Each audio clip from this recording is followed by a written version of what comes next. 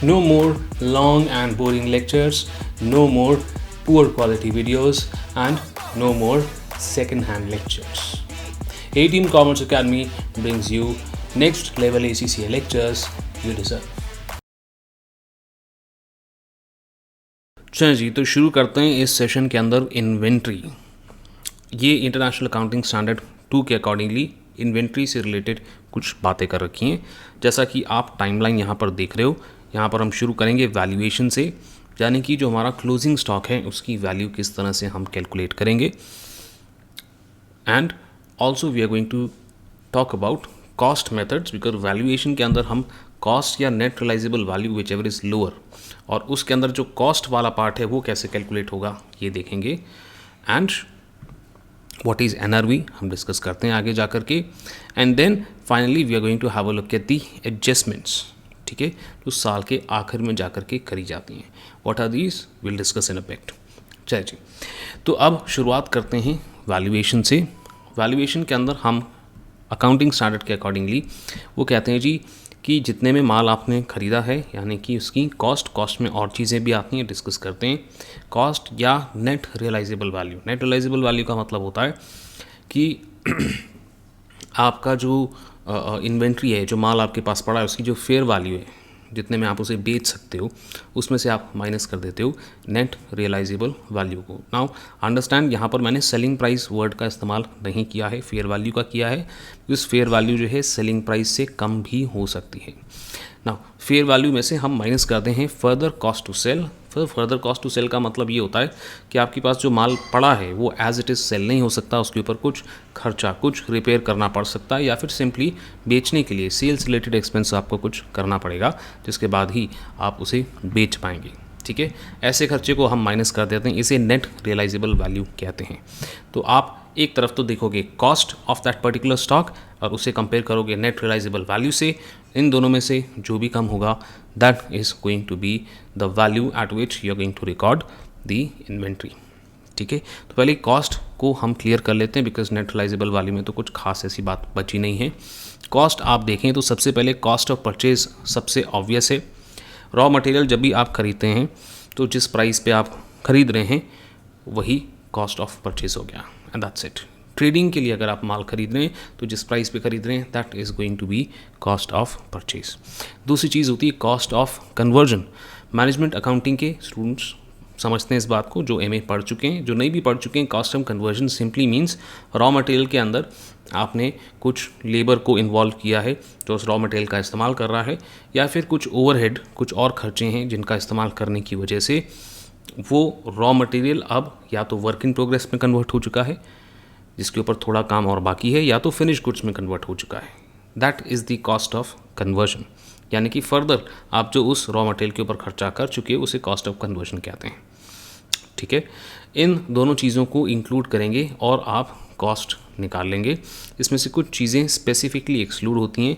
अगर बेचने से, सेल्स से रिलेटेड कोई भी खर्चा है उससे आप एक्सक्लूड करेंगे। स्टोरेज के लिए आपको कुछ पैसे देने पड़ रहे हैं तो वो आप अवॉइड करेंगे। एडमिनिस्ट्रेशन, यानी कि आपके स्टोर के अंदर कुछ एम्प्लॉयज़ हैं जो मैनेज कर रहे हैं, देख रेख कर रहे हैं स्टॉक का, उनको जो सैलरी पे करी जा रही है उसे आप इंक्लूड यहाँ नहीं करेंगे।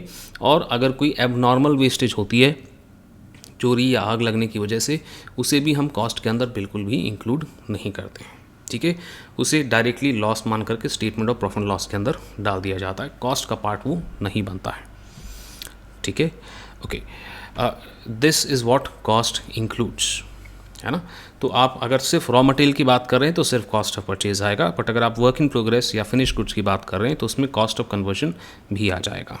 ठीक है, सो लेट्स से कि एक पर्टिकुलर असेट की कॉस्ट आपकी $100 आ रही है, नॉट असेट, गुड्स की $100 कॉस्ट आ रही है, एंड उसका नेट रियलाइजेबल वैल्यू जो है $120 आ रहा है।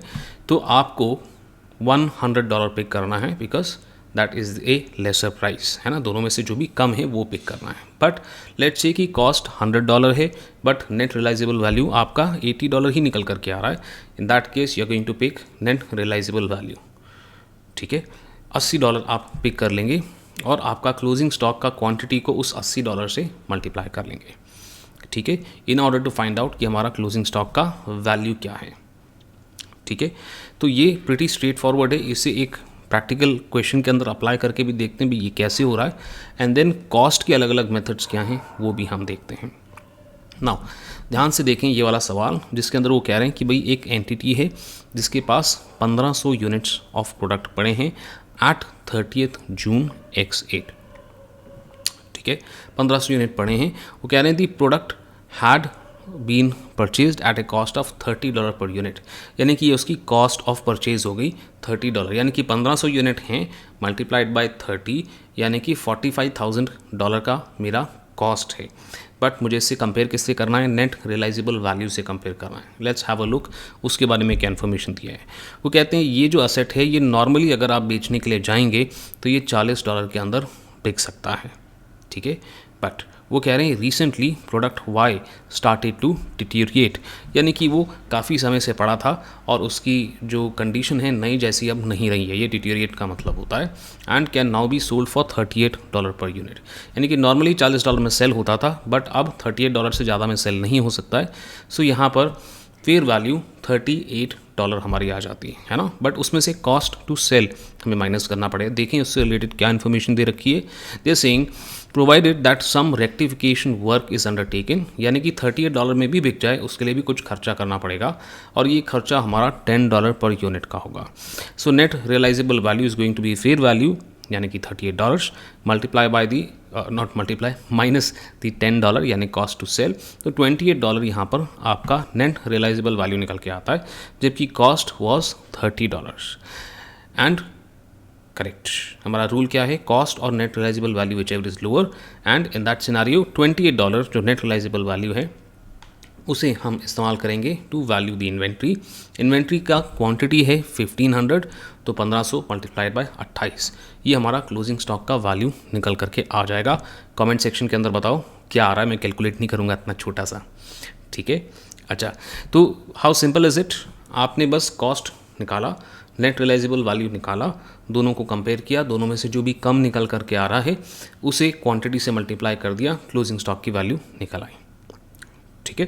ओके, अब आगे हम देखें कि यहाँ तो सर कॉस्ट दे रखी थी, but what if we have to find out the cost. So you are basically going to have 3 different methods. Method तो बहुत सारे हो सकते हैं, but IAS 2 international accounting standard 2 कहता है कि यही 3 मेथड है, इनमें से कोई एक चुन लो आप, ठीक है। पहला मेथड है यूनिट कॉस्ट मेथड। वो कहते हैं ऐसा अगर आपके पास माल है जो सेपरेटली आइडेंटिफाइबल है और हाई वैल्यू आइटम्स हैं, उसके लिए आप इस मेथड को इस्तेमाल करें। जैसे कार का हमारा शोरूम है जिसके अंदर बहुत सारी गाड़ियाँ पड़ी हैं, तो बड़े से बड़े शोरूम के अंदर 20 से 25 से ज़्यादा गाड़ियाँ होती नहीं हैं, और अगर आपको हर गाड़ी का मॉडल मेक अलग हो सकता है, जिससे बड़ी ईजिली आप उन्हें आइडेंटिफाई कर सकते हैं कि कौन सी गाड़ी हमने कब खरीदी थी, और वहाँ पर simply purchase cost of purchase multiply कर दें उसको क्वांटिटी से और हमारा काम हो जाएगा। तो यहाँ ज़्यादा मेहनत करने की ज़रूरत नहीं पड़ती, बिकॉज़ जो स्टॉक है वो ज़्यादा क्वांटिटी में भी नहीं होता और बड़ी आसानी से उसे आप चलते हुए आइडेंटिफाई कर सकते हैं। ऐसे केस के अंदर यूनिट कॉस्ट मेथड का इस्तेमाल किया जाता है। Now lot of cases you have stock which can not be separately identifiable, वो आइडेंटिकल होते हैं, दिखने में एक जैसे होते हैं, तो वहाँ पर आप अगर एक एक डब्बे को उठा के देखना शुरू कर देंगे कि भाई ये किस डेट को इस स्टॉक को परचेज़ किया गया था, तो आपके लिए बड़ा मुश्किल हो जाएगा, and this going to be a lot of waste of time. So in that case अगर लो वैल्यू का आइटम होता है और उस आइडेंटिकल आइटम होता है, दिखने में एक जैसा होता है, तो हम इतनी ज़्यादा मेहनत नहीं करते कि एक एक को उठाकर देखें, बिल से कंपेयर करें, है ना। जहाँ पे थाउजेंड्स या tens of thousands of items होते हैं, वहाँ पर हम FIFO मेथड का इस्तेमाल कर सकते हैं, ठीक है। FIFO का फुल फॉर्म बड़ा मज़ेदार है और मोस्टली सबको याद रहता है, first in first out, which basically means पुराना माल पहले निकालो, ठीक है। पुराना माल यानी कि जो पहले का माल है उसको आप पहले निकालने की कोशिश करेंगे, और जो बच जाएगा, ऑब्वियस सी बात है क्योंकि पुराना माल निकाल चुके हो, तो जो बच जाएगा वो लेटेस्ट माल ही होगा। यानी कि closing stock is always going to include the latest material, है ना। लेटेस्ट गुड आपके पास होगा FIFO के अंदर, क्योंकि वो मेथड इस तरह से बना है, ये एक अजम्पशन है, ठीक है।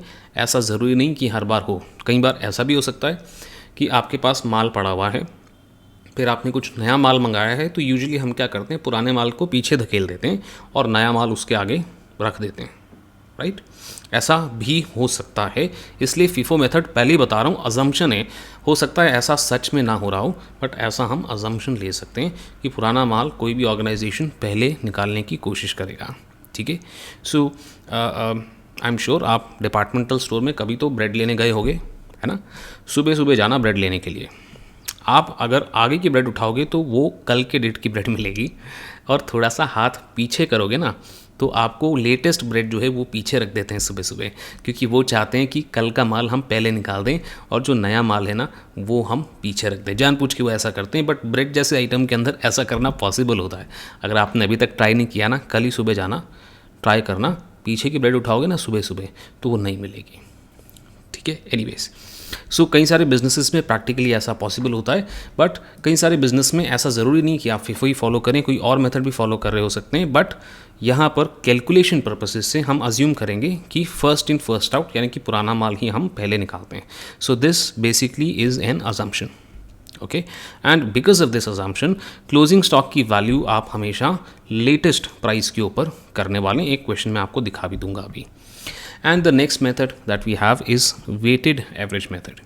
स्टैटिस्टिक्स के अंदर वेटेड एवरेज हम करते थे, जिसमें summation of WX divided by summation of W होता था, और स्टैटिस्टिक्स में भी करते थे और क्लास 12 के अंदर गुडविल निकालते समय भी करते थे, वेटेड एवरेज निकालते थे, रिमेंबर।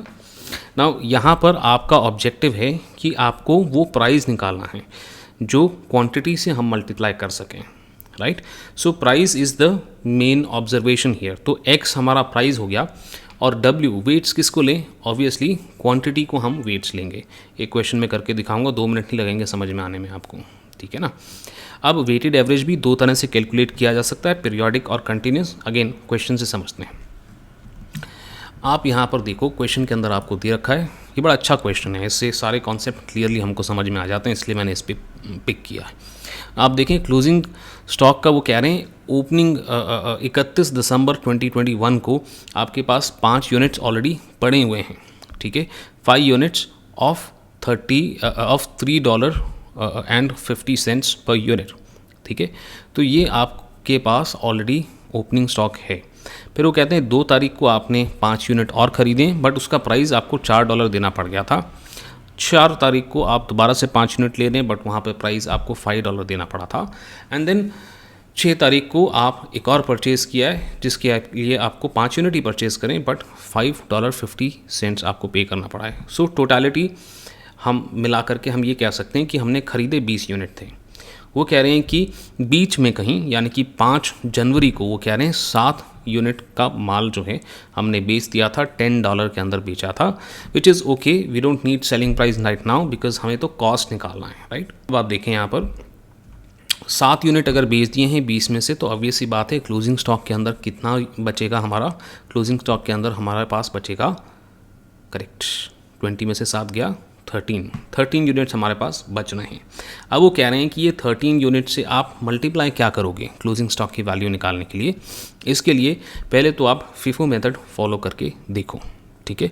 तो फीफो मेथड के अंदर हम क्या कहते हैं कि जो भी माल हम देते हैं या इस्तेमाल करते हैं, पुराना माल हम पहले इस्तेमाल करते हैं, नया माल बाद में इस्तेमाल करते हैं, विच बेसिकली मीन्स कि जो हमारा क्लोजिंग स्टॉक है 13 यूनिट्स का, that should be out of the latest stock that we have.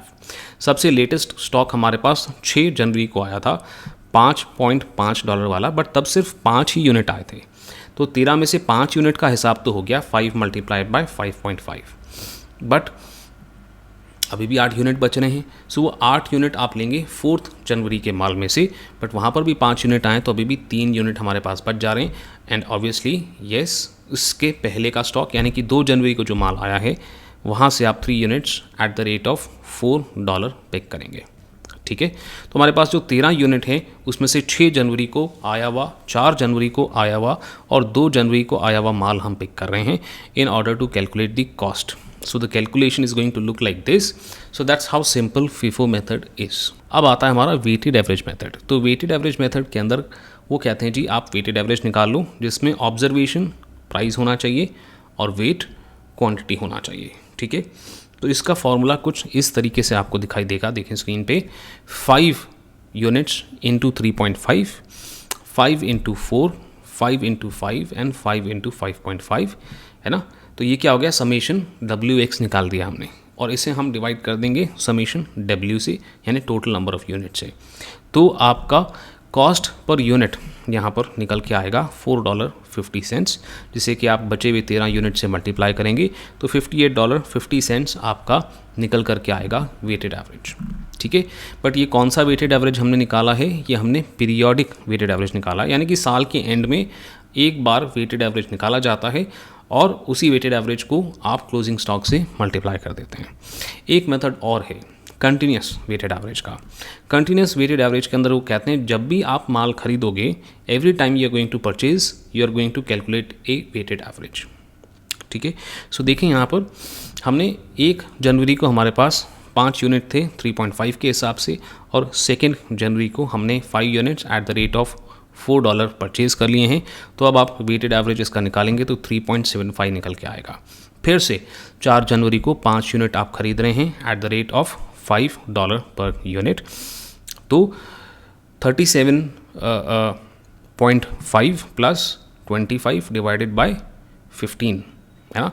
तो यहाँ पर वेटेड एवरेज हमारा निकल के आ गया 4.17। अब यहाँ पर 7 यूनिट आप बेच रहे हैं, तो 15 में से 7 हमारे चले गए, 8 यूनिट बच रहे हैं जिनका वेटेड एवरेज 4.17 आ रहा है। 6 जनवरी को फिर से हमने माल खरीदा है, तो अब दोबारा वेटेड एवरेज निकलेगा, and 8 unit multiplied by 4.17 and 5 multiplied by 5.5 divided by 13, तो आपका वेटेड एवरेज निकल करके आएगा 4.68। और कंटिन्यूस मेथड से आप देखें आंसर स्लाइटली, और कंटिन्यूस मेथड से आप देखेंगे तो आपका आंसर स्लाइटली डिफरेंट निकल करके आ रहा है। ठीक है, अच्छा, सो एवरी परचेज पे you have to calculate weighted average, not on sale. आप देखोगे 5 तारीख को हमने 7 यूनिट बेचे हैं, तो दोबारा वेटेड एवरेज तब नहीं निकाला हमने, दोबारा वेटेड एवरेज फिर 6 तारीख को जब माल आया है तब निकाला है। ठीक है, so every time you are going to do a purchase transaction, we are going to again calculate the weighted average. ठीक है, सो ये हमारा कंटिन्यूस वेटेड एवरेज है। एग्जाम के अंदर कंटिन्यूस वेटेड एवरेज नहीं आएगा, आएगा तो भी ऐसा या फिर इससे भी छोटा क्वेश्चन आपको सॉल्व करने के लिए बोलेंगे। हमने तो फिर भी यहाँ पर 4 परचेज ट्रांजैक्शन ले लिए, एग्जाम में वो 3 से ऊपर परचेज ट्रांजैक्शन आपको नहीं बोलेंगे। अब यहाँ पर कुछ ऑब्जर्वेशंस मैं आपको पॉइंट आउट करना चाहता हूँ before we move ahead, because उसके ऊपर भी सवाल आ सकता है। सबसे पहले तो आप देखें कि फीफो के अंदर कैलकुलेट जब हमने किया है तो आंसर ज़्यादा निकल के आया, क्लोजिंग स्टॉक की वैल्यू हाईएस्ट निकल करके आई है। आप ऐसा तब होता है जब हमको रॉ मटेरियल के अंदर इंक्रीजिंग ट्रेंड दिखाई देता है, यानी कि हर बार जब हम माल खरीदते हैं तो हम ज़्यादा प्राइस पे खरीदते हैं। अगर ऐसा इंक्रीजिंग ट्रेंड दिखाई देता है तो फीफो के अंदर वैल्यू हमेशा वेटेड एवरेज से ज़्यादा निकल करके आएगी। आप देखें हमारे इस पर्टिकुलर क्वेश्चन के अंदर हर परचेज़ पे, पहले परचेज़ पे 3.5, दूसरे परचेज़ पे $4, तीसरे परचेज़ पे $5 और चौथे परचेज़ पे $5.5 पे हमें रॉ मटेरियल मिल रहा था, and because of that FIFO के अंदर हमें इंक्रीजिंग ट्रेंड मिला है। The reason is very simple, पुराना माल पहले निकालो, first in first out, that would basically mean कि क्लोजिंग स्टॉक के अंदर लेटेस्ट माल पड़ा होगा जो ऑब्वियसली हाईएस्ट प्राइस पे है। ठीक है, तो पहला ऑब्जर्वेशन था, अगर प्राइस में इंक्रीजिंग ट्रेंड दिखाई दे तो फीफो के अंदर आपका क्लोजिंग स्टॉक ज़्यादा निकल के आएगा। दूसरा ऑब्जर्वेशन जो मैं यहाँ आपको बताना चाहता हूँ वो ये है कि क्लोजिंग स्टॉक और ग्रॉस प्रॉफिट का डायरेक्ट रिलेशन है। तो अगर आप यहाँ पर केयरफुली देखें, अगर आप ऐसा मेथड चूज़ कर रहे हैं फीफो मेथड, अगर इंक्रीजिंग ट्रेंड है तो फीफो के अंदर ज़्यादा वैल्यू आएगी, डिक्रीजिंग ट्रेंड है तो फीफो के अंदर ऑब्वियसली कम वैल्यू आएगी। तो अगर जो मेथड आप चूज़ कर रहे हैं उसकी वजह से आपका वैल्यू जो है ज़्यादा निकल करके आता है तो प्रॉफिट आपका ओवर स्टेट हो गया है, ज़्यादा अमाउंट से दिखाई दे रहा है, क्योंकि ये एक्चुअल प्रॉफिट नहीं होता है, राइट, ये एक्चुअल प्रॉफिट नहीं होता है, बिकॉज प्रॉफिट सिर्फ वैल्यूएशन मेथड चेंज करने की वजह से आपका ज़्यादा आ रहा है ना। So higher the value the profit is going to be overstated, question आ सकता है। और अगर मेथड चूज़ करने की वजह से लोअर वैल्यू आपकी निकल के आ रही तो आप कहेंगे कि हमारा प्रॉफिट जो है वो अंडर स्टेट होगा। ठीक है, वेरी सिंपल, और ये हमने अभी एक क्वेश्चन के अंदर एग्जाम्पल से देख भी लिया। ठीक है जी, आखिरी बात हो जाती है ईयर एंड एडजस्टमेंट्स की, जो हमने बात किया था, जिसके अंदर वो कहते हैं कि हम एक फिज़िकल वेरिफिकेशन करते हैं साल के एंड में, जिसे हम पीरियड एंड रिकॉर्ड्स कहते हैं। या फिर हम लगातार रेगुलर बेसिस पे, रोटेशनल बेसिस पे हम चेक करते रहते हैं कि हमारा स्टॉक जो है हमारे बुक्स में जितना लिखा है फिजिकली, यानी कि जब हम देख रहे हैं अपनी आंखों से, उतना ही हमें असल में दिख रहा है कि नहीं। तो दो तरीके हैं, या तो साल के एंड में ये काम करें या तो लगातार रोटेशनल बेसिस पे करते रहें। तो रोटेशनल बेसिस का मतलब क्या है? रोटेशनल बेसिस का मतलब है कि अगर आपको रेगुलर इंटरवल पे स्टॉक, फिजिकल स्टॉक देखने के लिए जाना है तो हमारे पास इतना समय नहीं होता कि हम हर बार 100% स्टॉक को उठाएंगे। So instead of picking 100% stock every time, आप 10 या 15 या 20% स्टॉक उठाते हो। फिर जब अगली बार फिजिकल इन्वेंट्री के लिए जाते हो तो फिर अगला 15% या 20% उठाते हो। इसे कहते हैं रोटेशनल बेसिस। ठीक है, ये बुक में एक्सप्लेन तो नहीं किया, जाना भी ज़रूरी नहीं है, बट मुझे ऐसा लगता है कि थोड़ा सेटिस्फैक्शन नहीं होता जब तक रोटेशनल बेसिस का मतलब हमें पता नहीं होता। एनीवेज, सो हर मेथड के अपने फ़ायदे हैं। अगर साल में एक बार आप देखने के लिए जाते हो तो फ़ायदा ये है कि आपका खर्चा कम होगा, आपको कम स्टाफ रखना पड़ेगा। एंड पीरियड एंड जो हमारा मेथड होता है, यानी कि साल के एंड में जब फिजिकल वेरिफिकेशन करते हैं तो वो आपको एनीवेज करना पड़ेगा, even if you are doing continuous physical verification. And therefore period end हमेशा फ़ायदेमंद होता है। दूसरी बात, कंटिन्यूस रिकॉर्ड्स के भी अपने फ़ायदे हैं, हमने ऑलरेडी डिस्कस किया, क्योंकि आप लगातार चेक कर रहे हो स्टॉक को तो आपके पास एक बेटर कंट्रोल होता है। आपके पास कोई माल ख़राब हो रहा है, डिटीरिएट हो रहा है, या फिर स्लो मूविंग स्टॉक है, जल्दी नहीं बिक रहा है, जल्दी नहीं इस्तेमाल हो रहा है, तो उसका आपको आइडिया तुरंत पता चल जाता है और वहाँ पर आप स्लो मूविंग स्टॉक को बार बार ऑर्डर नहीं करते हैं और इस तरह के करेक्टिव मेजर्स टाइमली ले सकते हैं, राइट। एंड साल के एंड में अगर आपको पीरियड एंड फिजिकल वेरिफिकेशन करना भी है तो कंटिन्यूस, क्योंकि आप पूरे साल थोड़ा थोड़ा देखते आए हो तो साल के एंड में भी आपको थोड़ा ही देखना पड़ेगा, पूरा नहीं देखना पड़ेगा। ये फ़ायदा होता है कंटिन्यूस फिजिकल वेरिफिकेशन का। ठीक है, so that is basically year and adjustment. तो ईयर एंड एडजस्टमेंट का मतलब क्या हुआ सर? ईयर एंड एडजस्टमेंट का मतलब ये हुआ, ऑब्वियसली जब आप फिजिकली वेरीफाई करते हैं स्टॉक को तो देयर इज़ ए पॉसिबिलिटी कि जब आप स्टॉक देखने के लिए जा रहे हो फिजिकली तो आपको वहाँ पे स्टॉक ज़्यादा दिख रहा है और आपके अकाउंटिंग रिकॉर्ड्स के अंदर कम दिख रहा है और vice versa, there is a possibility. So year end के अंदर अगर आपको ऐसा डिफरेंस दिखाई देता है तो हम एडजस्टमेंट करते हैं, हम पता करते हैं कि ऐसा क्यों हो रहा है, राइट। सो हो सकता है कई बार हम माल बेच दें, राइट, तो अकाउंट्स में एंट्री हो गई बट फिजिकली हमारे वेयर हाउस के अंदर वो अभी भी पड़ा हुआ है। या फिर ऐसा भी हो सकता है कि हमने माल बेचा नहीं है, उसकी डिलीवरी के लिए उसे वहाँ से निकाल दिया। या फिर ऐसा भी हो सकता है कि हमारे पास स्टॉक आ गया है, हमने डिलीवरी रिसीव कर दी है मगर बुक्स ऑफ अकाउंट्स में उसकी एंट्री नहीं करी है। And because of these different reasons there can be some or the other problem जो आप टाइमली आइडेंटिफाई कर सकते हैं और इस प्रॉब्लम को हम एडजस्ट करके अपने क्लोजिंग स्टॉक को सही अमाउंट पे रिकॉर्ड कर सकते हैं। यानी कि अगर अकाउंट्स के अंदर कुछ गड़बड़ है तो उसे रेक्टिफाई कर लेंगे, राइट। और फिजिकल वेरिफिकेशन करते समय हमें पता चलता है कि कुछ स्टॉक वगैरह डिस्ट्रॉय हो गया है तो उसे स्टेटमेंट ऑफ प्रॉफिट लॉस के अंदर हम एडजस्ट कर सकते हैं, right. So these are year end adjustments जो आपको तभी पता चलती है जब आप फिजिकल वेरिफिकेशन करते हैं और उसे कंपेयर करते हैं अकाउंट्स के अंदर कितना क्वांटिटी कितने प्राइस पे अवेलेबल है। ठीक है जी, and that is it in terms of concepts of this particular chapter. आपको डेफिनेटली प्रैक्टिस करनी है, प्रैक्टिस करके जो भी डाउट, जो भी दिक्कत आती है पूछ सकते हैं कमेंट सेक्शन के अंदर या डिस्कॉर्ड के अंदर, जहाँ पर मैं भी हूँगा और आपके बाकी फ्रेंड्स भी होंगे, एक दूसरे को हेल्प कर सकते हैं। मिलते हैं अगले सेशन के अंदर, लिंक डिस्कॉर्ड का डिस्क्रिप्शन के अंदर मिल जाएगा। I will see you.